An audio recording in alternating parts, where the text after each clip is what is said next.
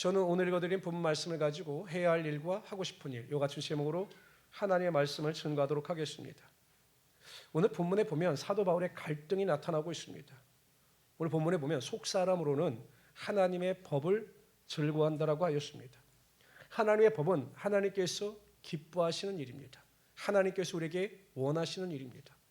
그러니까 내 속에 있는 그 영적인 은혜와 능력은 항상 하나님께서 기뻐하시는 해야 할 일을 쫓아 살아가고 싶은 소망이 있는 겁니다. 그런데 문제는 내 지체 속에 또 다른 법이 있다는 겁니다. 육신의 법입니다. 내가 마음속으로는 하나님의 뜻을 쫓아 하나님의 법을 지키고 하나님께서 원하시는 길을 걸어가고 싶은데 내 육체 가운데 있는 육신의 정욕과 안목의 정욕과 이생의 자랑이 자꾸 내가 원하는 일을 하며 살아가게 만든다는 겁니다. 하나님의 뜻도 아니고 하나님께서 기뻐하시는 일도 아닌데 자꾸 내가 욕심을 쫓아 그 길을 걸어가게 만든다는 것입니다. 사도 바울이 고민하고 갈등하고 있는 겁니다. 이 사도 바울의 고민과 갈등은 오늘을 살아가고 있는 우리에게도 여전한 문제입니다. 구원을 받아 하나님의 자녀가 되고 하나님의 택한 자로서 살아가는 성도들은 항상 그 마음속에 하나님을 향한 소망이 있습니다. 대부분 성도들을 만나보면 하나님에 대한 소망이 있습니다. 어떻게 하면 내가 하나님의 뜻을 쫓아 살고 하나님만을 기쁘시게 하며 살아갈까라고 하는 그 마음속에 소망이 있습니다. 근데 문제는 마음속에 소망이 있고 결단하려고 하나 여전히 내 속에 있는 욕심과 탐심이 하나님께서 원하시는 것, 하나님께 대하여 해야 할 일이 아니라 자꾸 내가 원하는 길을 걸어가게 만든다는 겁니다. 내가 하나님의 뜻대로 살았다고 생각하는데 뒤돌아보면 내 욕심을 쫓아 내 만족을 쫓아 내가 원하는 길을 걸어갔던 경우가 훨씬 많다라는 겁니다. 예전에 유명한 연예인이요, 청년들을 상대로 고가의 특강료를 받고 특강을 했습니다. 그래서 이 연예인이 뭐라고 주장을 했냐면 청년들에게는 특권이 있는데 하고 싶지 않은 일을 하지 않는 것도 청년의 때 청년들만이 가지는 특권이다, 이렇게 강의를 했습니다. 근데 얼마 뒤에 그 강의를 반박하는 다른 연예인의 이야기가 소개가 되었습니다. 이 연예인은요, 열심히 노력해서 자신의 분야에서 성공을 거둔 사람입니다. 최선을 다하여 살았고 또 그 결과 지금 안정을 누리는 연예인입니다. 그 연예인이 청년들에 대하여 특강한 그 연예인의 이론에 대해서, 특강에 대해서 이렇게 반박을 합니다. 청년의 때 하기 싫은 일을 하지 아니하면 반드시 나중에 내가 하고 싶은 일을 하지 못하게 된다. 청년의 때 하기 싫은 일도 해야 할 일도 기꺼이 하는 자만이 후에 내가 할 수 있는 일, 좋아하는 일을 할 수 있는 것이다 라고 이야기를 합니다. 제가 보면 이 말이 맞습니다. 제가 이렇게 이제 어느 정도 인생을 살아보니까 결국 20대 때, 30대 때 어떻게 살았느냐, 내가 하고 싶은 일이 아니라 해야 할 일에 대해서 최선을 다하며 살아왔던 분들이 결국 나중에 보면 내가 원하는 일, 내가 하고 싶은 일을 하면서 살아가는 모습을 보게 되는 겁니다. 여기 우리 딜레마가 있죠. 그렇다면 과연 영적인 것도 똑같은가? 내가 해야 할 일을 하면, 하나님께서 원하시는 그 일을 행하면 과연 나도 내가 원하는 것, 내가 하고 싶은 일을 할 수 있을까라고 하는 의문이 생깁니다. 여러분, 성경은 분명히 말씀하십니다.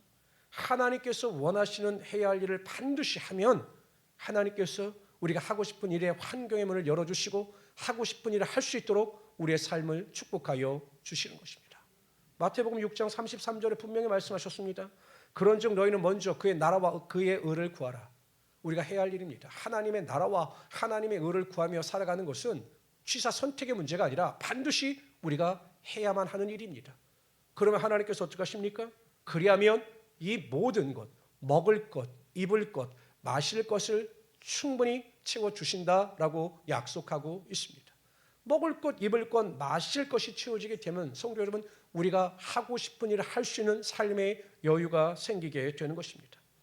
그러므로 저는 우리 모든 성도님들이 이 사도 바울과 같은 이 갈등 속에서 항상 먼저 하나님께서 원하시는 해야 할 일을 선택하고 그 안에서 믿음으로 살아갈 수 있는 우리 성도들이 되시기를 주님의 이름으로 축원합니다.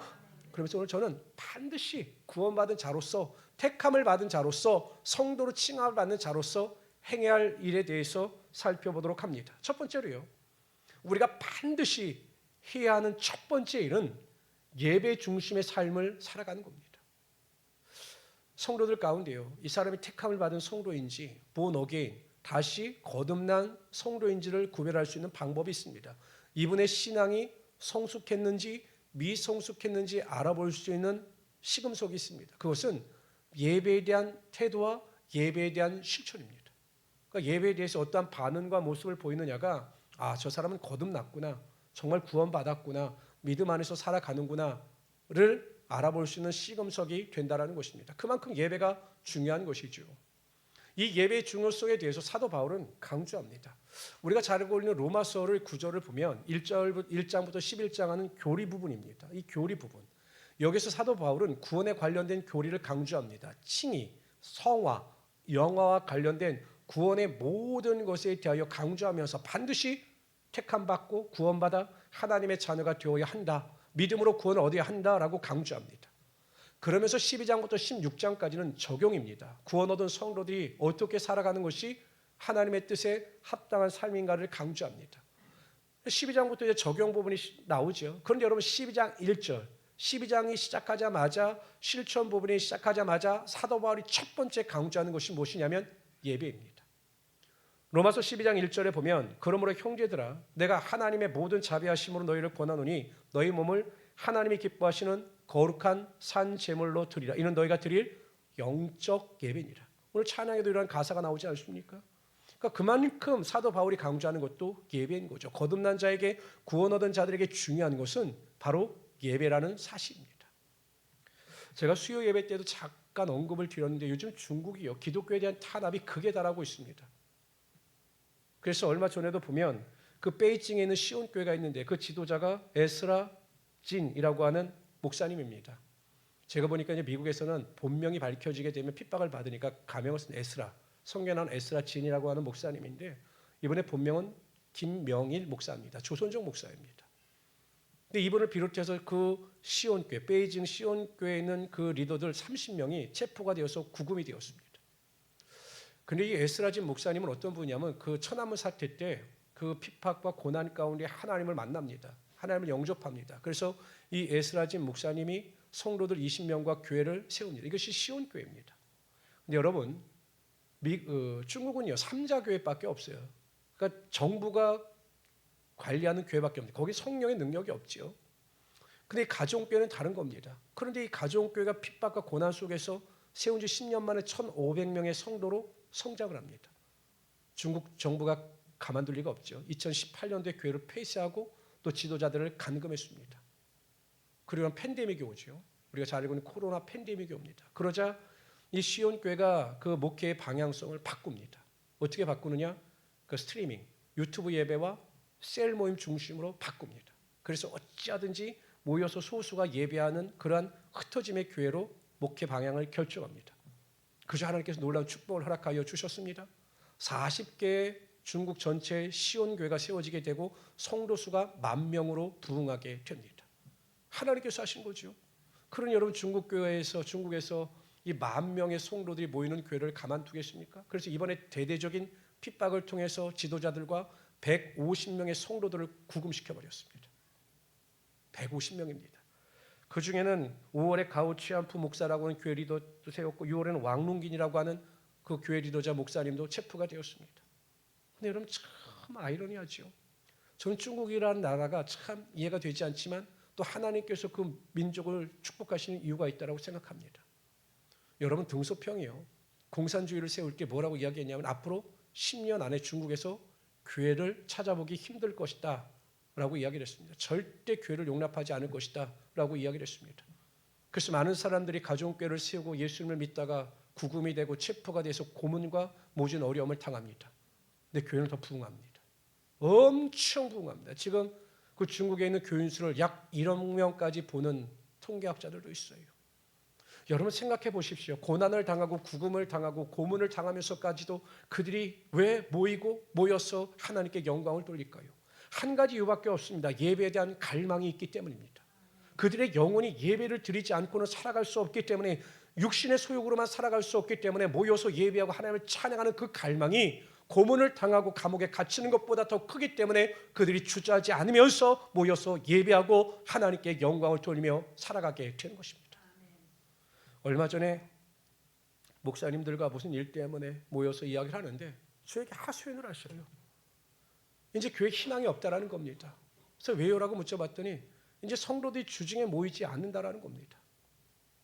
이제는 주중 예배 포기하고 주일 예배에 집중해야 될 때가 온 것 같다라고 저에게 말씀을 하셨습니다.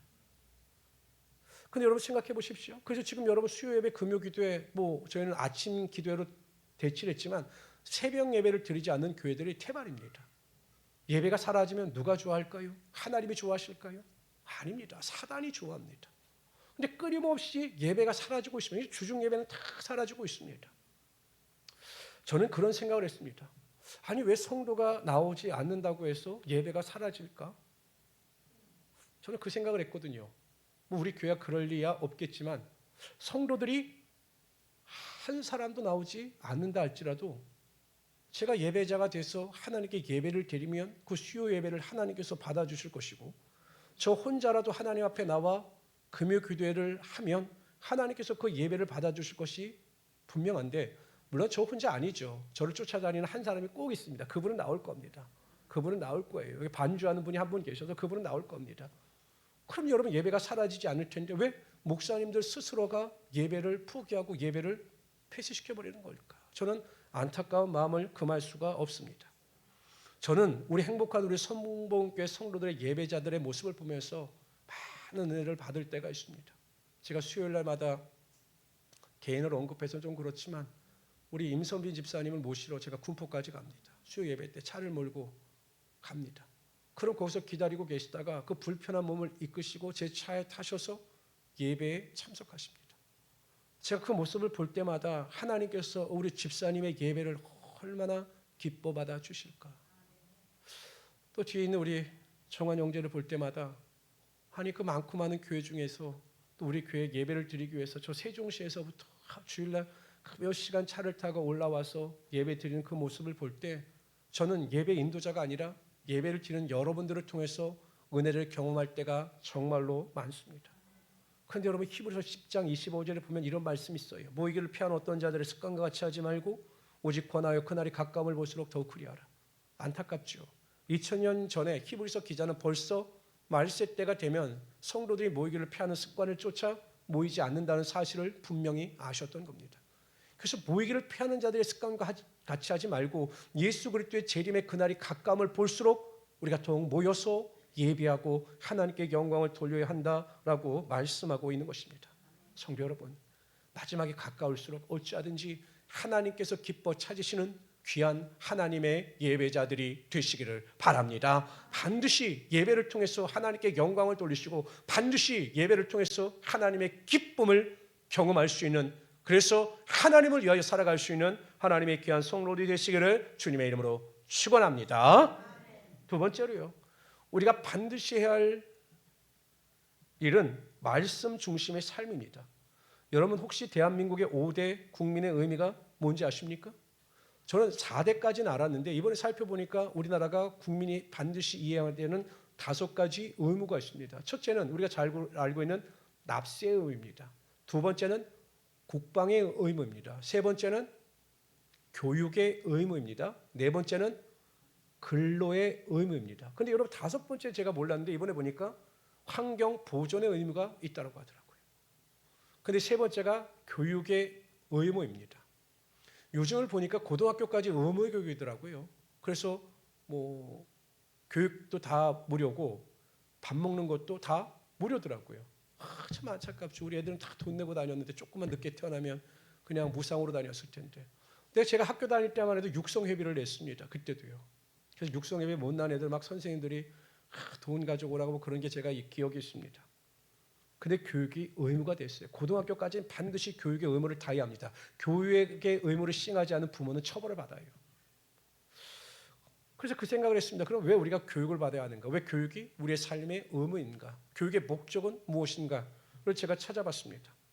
복잡하게 나오더라고요. 이 챗GPT가 설명하는데 아주 다양하게 설명을 합니다. 그런데 제가 요약을 해봤습니다. 우리가 교육을 받아야 하는 의미는 사회와 국가의 구성으로서 구성원으로서 사람답게 살아가기 위해서 필요하다. 학교 교육을 통해서 지식을 배우고 관계를 배우고 사회를 배움으로 말미암아 사람답게 살아가기 위하여 교육은 반드시 필요한 것이다 라고 정의를 내렸습니다. 왜 교육을 받아야 하느냐? 사람답게 살아가기 위해서 교육을 받아야 합니다.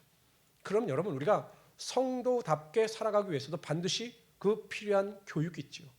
성도답게 살아가기 위해서 우리는 그냥 아무 생각 없이 살아가는 것이 아니라 우리를 성도답게 살아가게 하는 어떠한 지침서가 있게 된다는 것입니다. 그것이 성경입니다. 다 같이 한번 디모데후서 3장 16절에서 17절 말씀을 다 같이 한번 읽어봅시다. 읽습니다. 시작.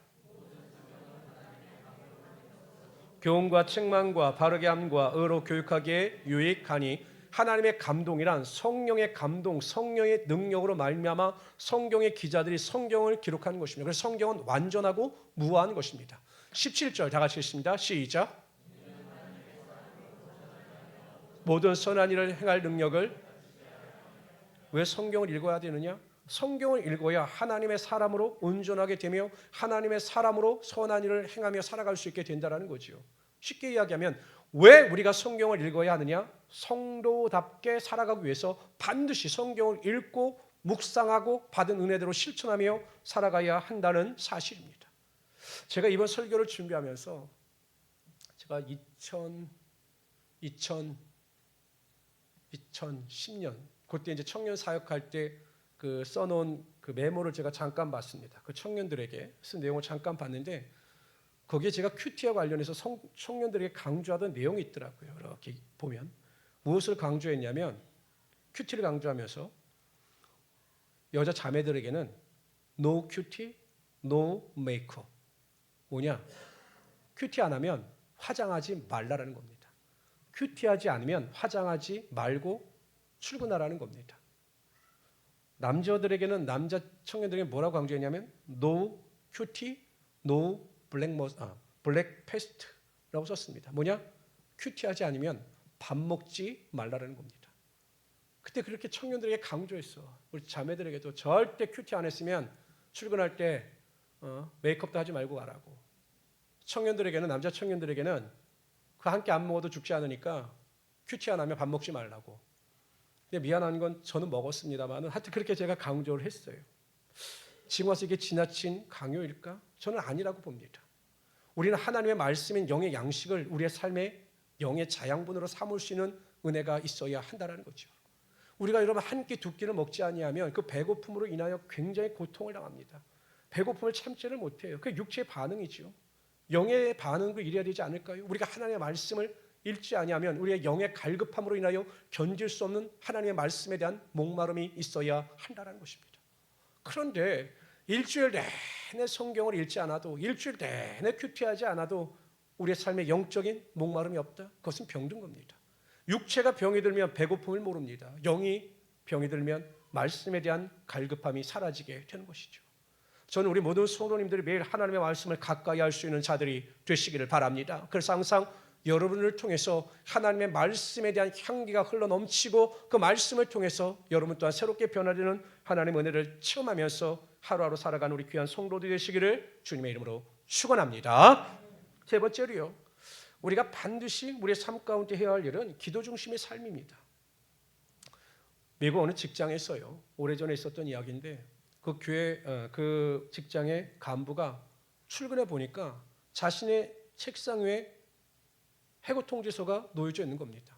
아니 이런 반구도 없죠. 어저께까지도 뭐 전혀 이야기가 없었는데 그날 아침에 딱 출근해 보니까 자신의 그 중역 책상 위에 해고 통지서가 놓여져 있는 겁니다. 너무 화가 났습니다. 자신이 회사를 위해서 일한 날수와 노력과 수고를 생각하면 이렇게 자신을 처리하면 안 되는 거죠. 이렇게 자신에 대해서 행동하면 안 되는 겁니다. 그래서 마음속에 분노가 끌어올랐습니다. 그러나 여러분 어찌할 수 없죠. 해고 통지서가 이미 떨어졌으니까. 그래서 그가 회사에서 나오게 됩니다. 집에 돌아왔는데 그 회사를 향한 분노로 말미암아 도저히 집에 있을 수가 없어 아내에게 말을 하고 잠깐 집을 떠나 조용한 곳에서 휴식을 취했습니다. 휴식을 취하면 좀 나올 줄 알았는데 그 마음속에는 분노 또 미래에 대한 막막함이 사라지지 않는 겁니다. 그리고 며칠 있다 집에 돌아와 아내에게 그렇게 말을 합니다. 여보, 나 정말로 죽고 싶소. 내가 모든 노력을 다 해봤지만 잊으려고 하고 또 무슨 일을 해야 할까 열심히 심사숙고해봤지만 앞길이 보이지 않아요. 난 그래서 정말 죽고 싶습니다 라고 아내에게 이야기를 했습니다. 근데 그의 아내는 믿음의 사람이요 또한 지혜로운 여인이었습니다. 남편에게 이렇게 이야기합니다. 맞아요. 내가 당신 같아도 못 살 것 같아요. 얼마나 미래가 막막할까요? 또 당신은 나름대로 이 문제를 해결하기 위해서 최선의 노력을 다했어요. 네, 여보, 내가 보니까 당신에게 한 가지 부족한 점이 있는데 이 상황을 놓고 하나님께 기도하지 않은 것 같아요 라고 제안을 했습니다. 그 남편도 교회 다니는 사람이고 믿는 사람이었던지라 마음에 깨달음이 있었습니다. 맞는 말입니다. 내가 모든 노력과 수고를 해보았지만 이 문제를 놓고 하나님 앞에 진지하게 기도해 본 적이 없었던 겁니다. 그래서 아내에게 이야기를 합니다. 여보, 나를 위해서 기도해 주시오. 내가 다시 가서 정말 하나님께 대하여 이 일에 대하여 기도하고 하나님의 인도하심을 구하고 오겠소라고 다시 혼자 길을 떠나게 됩니다. 하나님께 대해서 열심히 기도했습니다. 그러자 하나님께서 제일 먼저 그 마음속에는 분노가 사라지게 했습니다. 회사가 어려웠으니까 그럴 수밖에 없었겠구나 라고 하는 이해와 동조가 생기게 되었습니다. 그리고 하나님, 내가 어떻게 하면 내 남은 여생을 믿음 안에서 또한 온전히 경제적인 어려움을 당하지 않고 살아갈 수 있겠습니까? 라고 기도할 때 하나님께서 지혜를 주셨습니다. 이분이 건축업과 관련된 일을 하였는데 회사를 세우라고 하는 하나님의 음성을 듣게 됩니다. 그래서 하나님 인도하심 가운데 집을 대출받아서 건설 회사를 조그맣게 세웠는데 하나님께서 축복하시니까 5년 만에 큰 수입을 얻게 되고 그 회사가 자립하게 되었습니다. 그런데 모든 것이 안정되었을 때 하나님께서 또 한 가지 마음을 주시는 겁니다. 이분이 사업을 하려고 이 미국의 전 지역을 돌아다니다 보면 숙박을 해야 되는데 좀 시설이 좋고 안락한 호텔은 가격이 비싸고 또 그렇다고 해서 가격이 낮은 호텔을 가보니 너무 시설이 열악한 겁니다. 그래서 하나님께 대해서 기도하기를, 하나님, 내가 다른 사람들이 편하게 쉴 수 있는 호텔을 지을 수 있는 은혜와 길을 열어주십시오라고 열심히 기도하면서 하나님이 주시는 은혜대로 그 길을 쫓아 살아갔습니다. 조금씩 믿음의 전진을 이루어 갔습니다. 이 사람이 누구냐면 홀리데이 인 호텔의 창업주인 캐몬스 윌슨이라고 하는 사람입니다. 여러분 보세요. 절대 절망의 상황 가운데 그가 기도를 포기하지 아니고 기도할 때 하나님께서 그의 길을 열어주시고 그의 기도와 간구 가운데 함께하여 주사 모든 것이 합력하여 선을 이루어 주셨던 것입니다. 우리가 인생을 살아갈 때 내 뜻대로 되는 것보다 내 뜻대로 되지 않을 때가 정말로 많습니다. 내가 계획한 대로 되는 일보다는 전혀 예상치 못하는 일로 인하여 우리가 낙심할 때가 굉장히 많습니다. 우리가 가정에서 또한 여러 가지 일을 해나갈 때마다 짜증이 나고 어려움을 당할 때도 많이 있습니다. 또 많은 인간관계 속에서 내가 상처를 받고 마음속에 미움이 자리 잡을 때도 있습니다. 그럴 때 우리가 할 수 있는 최선은 결국 하나님을 의지하여 하나님께 기도하는 일입니다. 하나님은 항상 우리의 기도 소리를 듣기 원하시고 그 기도 소리에 응답하여 주사 좋은 것으로 채워주시기를 원하시는 하나님이 되신다는 거죠. 우리가 기도를 포기하지 아니하면, 기도를 쉬지 아니하면 반드시 하나님은 그 기도에 열매가 나타나게 하여 주시고 그 열매를 쫓아 우리의 삶의 기쁨이 흘러넘치게 하여 주시는 겁니다. 성도 여러분, 항상 우리는 기도하는 자로서 그 자리를 지키며 기도를 쉬지 않고 포기하지 아니함으로 말미암아 그 기도 가운데 응답하시는 하나님의 자비, 궁휼하심을 체험하며 살아갈 수 있는 하나님의 귀한 성도들이 되시기를 주님의 이름으로 축원합니다. 우리가 잘 알고 있는 애플의 창업자 스티브 잡스가요, 한참 애플을 세워서 운영하다가 위기에 봉착하게 됩니다.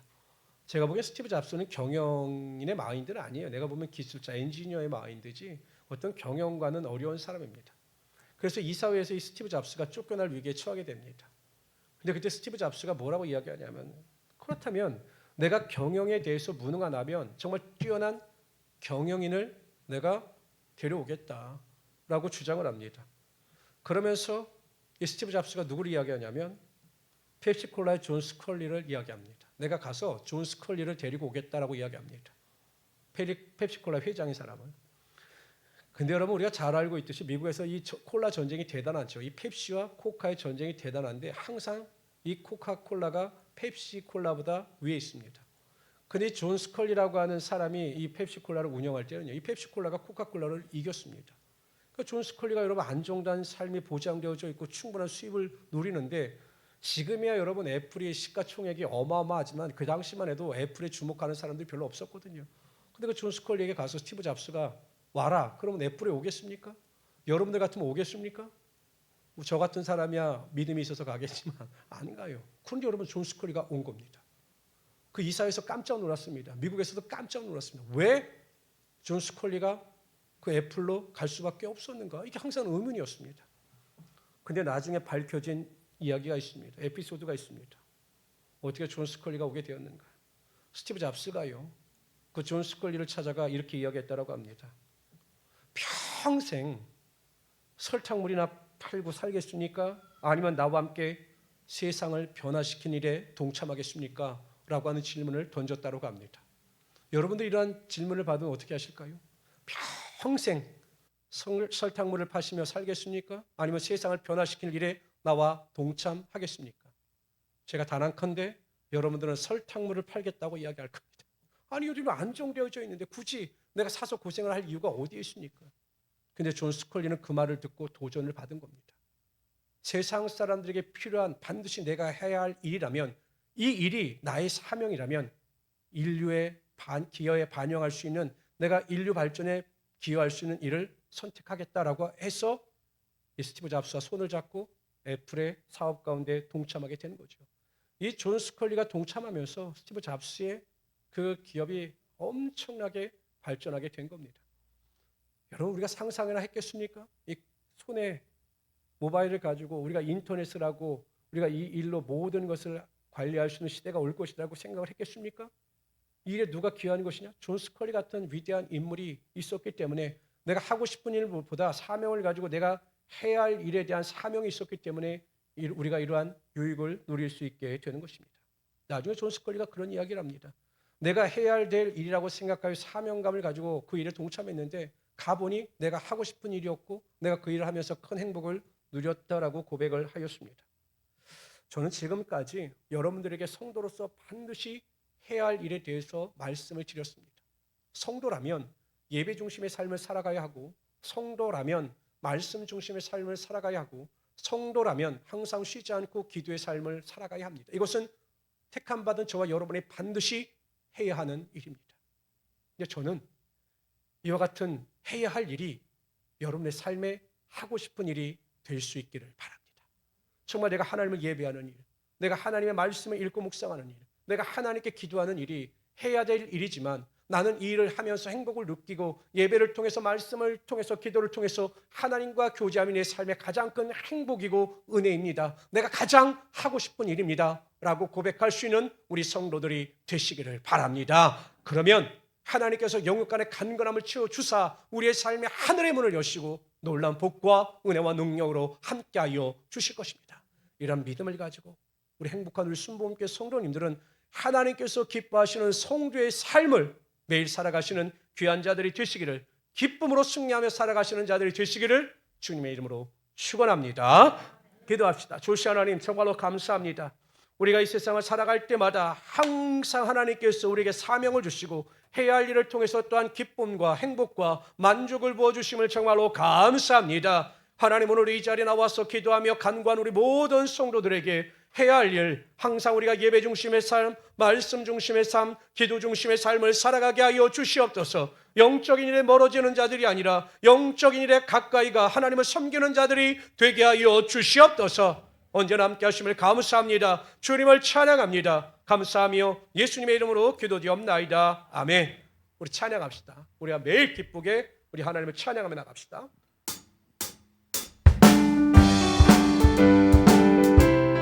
힘차게 박수 치면서 찬양합시다.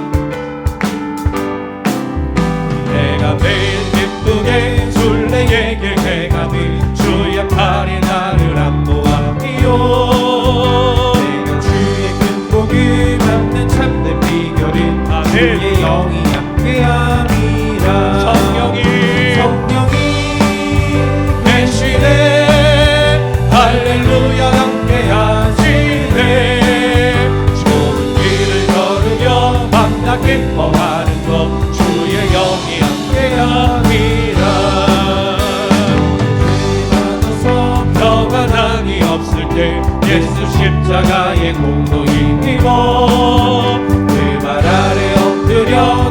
평화 거두은 주의 영이 함께하니